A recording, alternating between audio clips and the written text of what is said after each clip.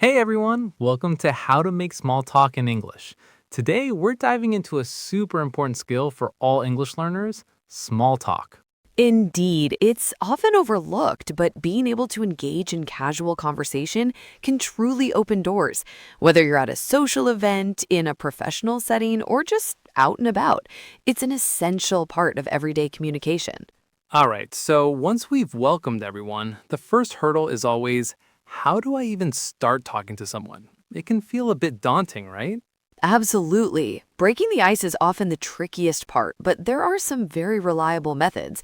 The weather, for instance, is a classic for a reason. It's neutral, always happening, and everyone has an opinion on it.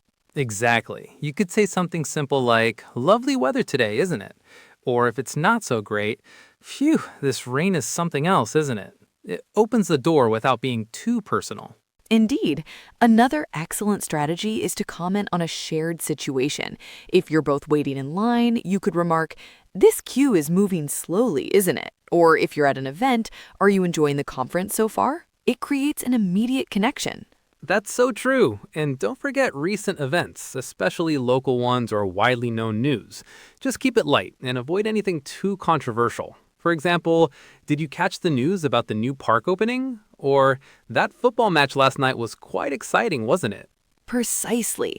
The key is to find something you both visibly share or know about, and then offer a simple, open ended observation or question. These phrases are perfect for intermediate learners, giving you a solid starting point. So, once you've broken the ice, the next challenge is knowing what to talk about.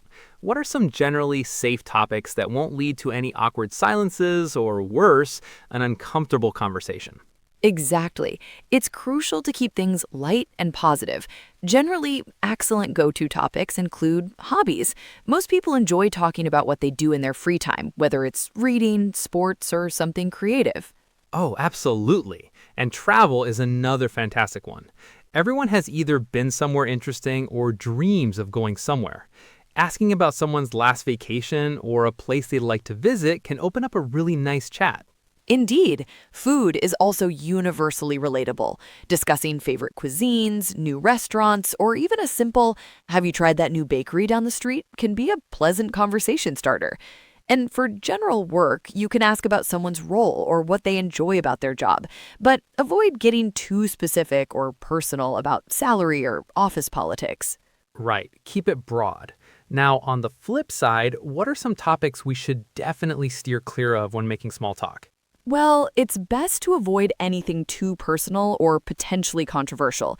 This includes politics, religion, finances, health issues, or even very strong opinions on sensitive social issues. These topics can make people uncomfortable or lead to disagreements, which is the opposite of what small talk is for. Good advice. The goal is to build a connection, not to debate. So stick to things that are generally positive, easy to discuss, and won't put anyone on the spot. So, once you've started a conversation, the next challenge is keeping it going, right? You don't want those awkward silences. One of the best strategies for this is asking open ended questions. Absolutely. Open ended questions are brilliant because they can't be answered with a simple yes or no. They encourage the other person to share more details and expand on their thoughts. For instance, instead of asking, "Did you have a good weekend?" try, "What did you get up to this past weekend?" Exactly. Or if someone mentions they just got back from a trip, instead of, was it fun? You could say, what was the highlight of your trip? Or what did you enjoy most about that country? It really invites them to tell a story, which is what we want. Another key aspect is relating to what the other person says. If they mention enjoying hiking, you could say, "Oh, I love hiking too. Do you have a favorite trail nearby?" Or perhaps, "I haven't been hiking in ages, but I've always wanted to visit that national park." Yes, and don't forget to share your own brief, relevant anecdotes. If someone talks about trying a new restaurant, you might say, oh, that reminds me, I tried a fantastic Thai place last week. Have you ever had green curry? This keeps the ball rolling and adds your own personality to the chat, making it a two-way street. The goal is a natural, easy flow. Okay, so you've started the conversation, you're on a safe topic, you're asking open ended questions, but how do you show the other person you're actually listening and engaged? That's where active listening comes in. Indeed. It's not just about hearing the words, it's about showing you're processing them. Simple verbal cues can make a world of difference. For instance, if someone tells you something surprising, you might say, "Really?" or "Oh, wow." Exactly. Or if they share something you find engaging, try, "That's interesting," or "I understand."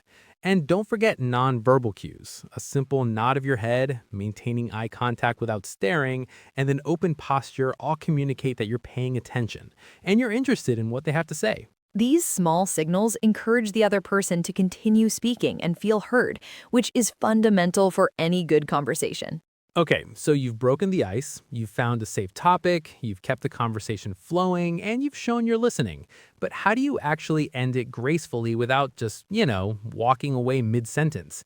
That's definitely something I've seen people struggle with. Indeed, awkward exits can undo all the good work of a pleasant chat.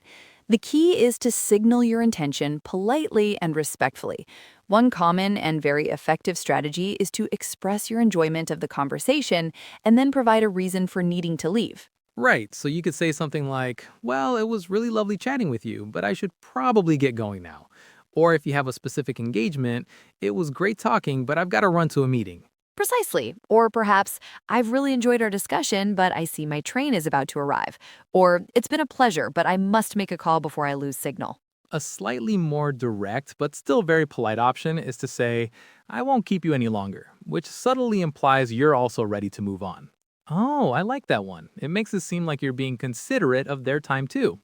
Another good tip is to briefly summarize or refer back to something positive from the conversation just before you wrap up. Like, "I really appreciate your insights on X. It was great talking, but I need to head off." That provides a nice sense of closure. That's a fantastic point about active listening, and it actually leads us perfectly into our next topic: cultural nuances in small talk. What might be perfectly normal in one culture might be considered a bit odd in another, right? Absolutely. This is crucial for English learners to remember. For instance, the level of directness can vary greatly. In some cultures, it's common to get straight to the point, while in others, small talk is an essential prelude before discussing business or more personal matters. And personal space. Oh, that's a big one.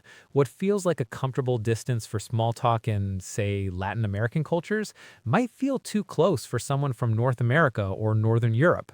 Indeed, and even topics considered safe can shift. Family, for example, might be a warm, welcome topic in one culture, but much too personal for initial small talk in another. Being aware of these differences is key to truly effective communication.